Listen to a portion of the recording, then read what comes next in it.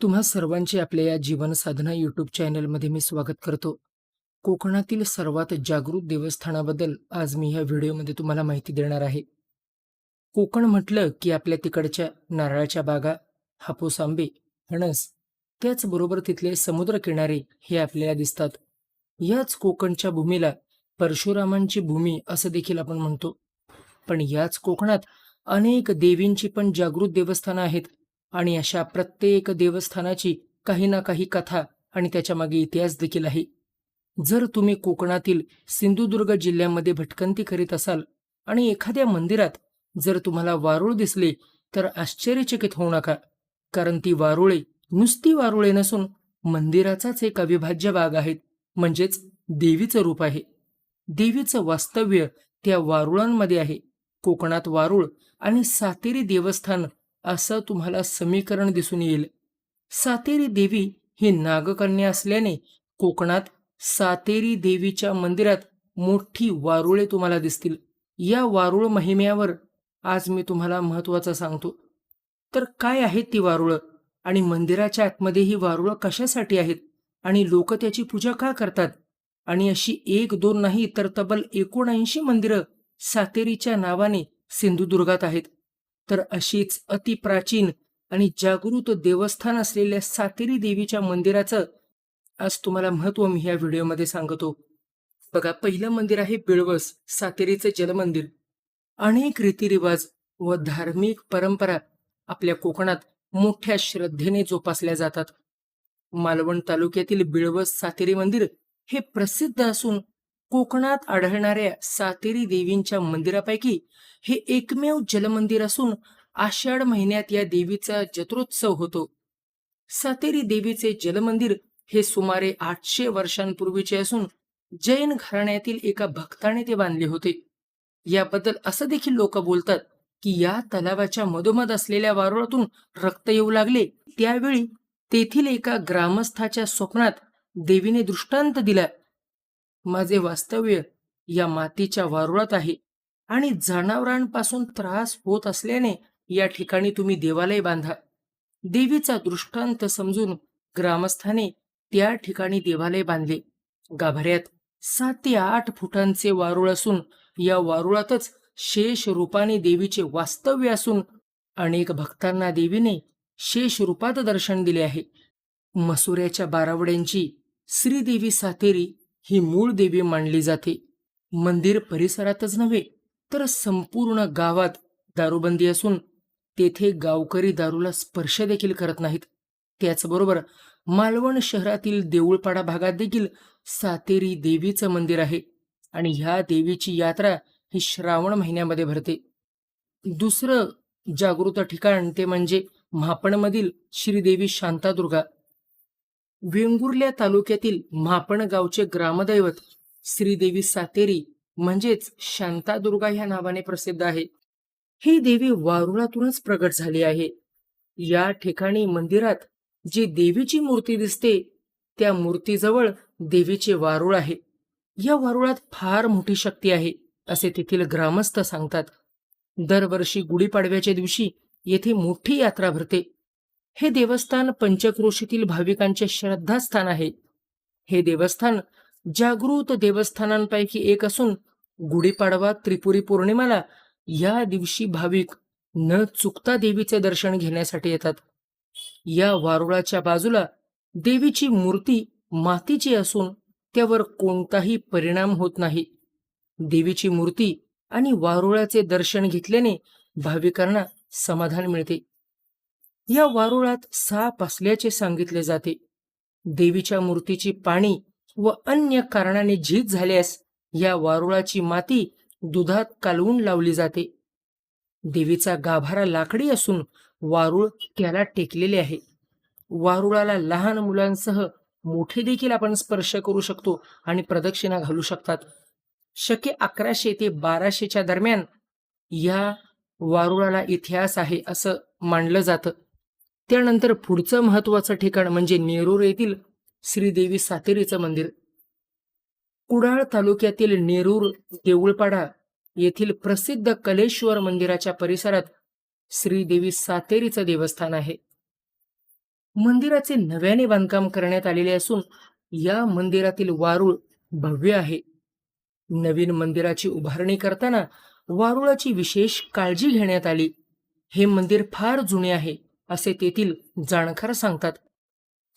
बाकीच्या सातेरी देवींप्रमाणेच ही देखील देवी नवसाला पावणारी आहे आणि खास करून जेव्हा सुवासिनी या देवीच्या ओट्या भरतात तेव्हा त्यांचे बोललेले नवस फेडले जातात आणि ह्याचा अनुभव अनेक भक्तांनी घेतला आहे. पुढचं सातेरी देवीचं जागृत देवस्थान ते म्हणजे सरमळ येथील देवस्थान. सरमळ गावचे ग्रामदैवत श्री सातेरी देवी हे जागृत देवस्थान आहे. या वारुळ रूपी सातेरी देवीला नवस म्हणून नीळ अभिषेक म्हणजे वारुळाला नीळ लावली जाते. या वारुळाला नीळ लावल्यामुळे ते निळे दिसते. वारुळात नागदेवतेचे वास्तव्य आहे. हे सातेरी देवीचे मंदिर सरमळ तलावाच्या काठावर 16व्या शतकात बांधण्यात आले. या वारुळाला दर मंगळवारी साडी नेसवली जाते. तसेच देवीला मुखवटा घालून सजविलं जातं. परब कदम आणि तळेकर हे तेथील मानकरी असून तेथे विविध उत्सव साजरे केले जातात. आता पुढील सातेरी देवीचं ठिकाण ते म्हणजे साळगाव येथील ठिकाण. कुडाळ तालुक्यातीलच मुंबई गोवा महामार्गाजवळ वनराईने नटलेल्या साळगावचे श्रीदेवी माऊली देवस्थान व त्या मंदिराच्या सभामंडपाला लागूनच श्रीदेवी सातेरीचं स्वयंभू देवस्थान आहे. वारुळ रूपी भूगर्भ आधारभूत 6 आणि 13 मिळून 29 तत्वांची ही मूळ देवता आहे. तिची उत्पत्ती स्थानं 2500 वर्षांची असून सप्तऋषींच्या तपश्चर्येतून आदिशक्ती निर्माण झाली. आदिशक्तीचे जागृत देवस्थान असल्याने भक्तांच्या नवसाला देवी पावते. 100 वर्षापूर्वी हे मंदिर बांधण्यात आले. आतील पाषाण महिषासूर मर्दिनी देवीचे आहे. या ठिकाणी दुरी घराण्याला मानाचा अधिकार आहे. नवरात्र उत्सवात 9 दिवस या देवीला हळदी कुंकवाचा अभिषेक केला जातो. या ठिकाणी पुष्प वाहण्याची प्रथा नाही. सातेरी देवीच्या परवानगीनेच माऊली देवीकडे भक्तांचे प्रसाद घेतले जातात. कौलाचा निर्णय सातेरीकडून घेतल्यानंतर त्याची तडजोड माऊलीकडे केली जाते. वर्षाला अर्धा फूट या वारुळाची उंची वाढत जाते. या परिसरामध्ये माऊली आत्मेश्वर, कपालेश्वर, गावडे परब, मूळमठी दांडेकर यांची देवस्थानं आहेत. दरवर्षी पिंडी स्थापन, जत्रोत्सव, शिमगोत्सव आणि दशहरा कार्यक्रम हे तेथे मोठ्या प्रमाणात उत्साहानं साजरे केले जातात. आता सातेरी देवीचं पुढील जागृत ठिकाण ते म्हणजे पावशी येथील ठिकाण. आपल्या निसर्ग सौंदर्याने नटलेल्या कुडाळ तालुक्यातील पावशी गावची देवता ती म्हणजे सातेरी देवी. हे देखील एक जागृत देवस्थान आहे. या सातेरी देवीची महती दूरवर पसरली आहे. या देवीबाबत आख्यायिका अशी सांगितली जाते, म्हाडेश्वर नामक दाम्पत्य राहत होते. त्या घरातील वृद्ध महिला नेहमीप्रमाणे स्वयंपाकघरातील चुलीकडे गेली तेव्हा तिला चुलीत छोटे वारूळ दिसले. ते त्या महिलेने काढून टाकले. हा प्रकार नित्याचाच होऊ लागला.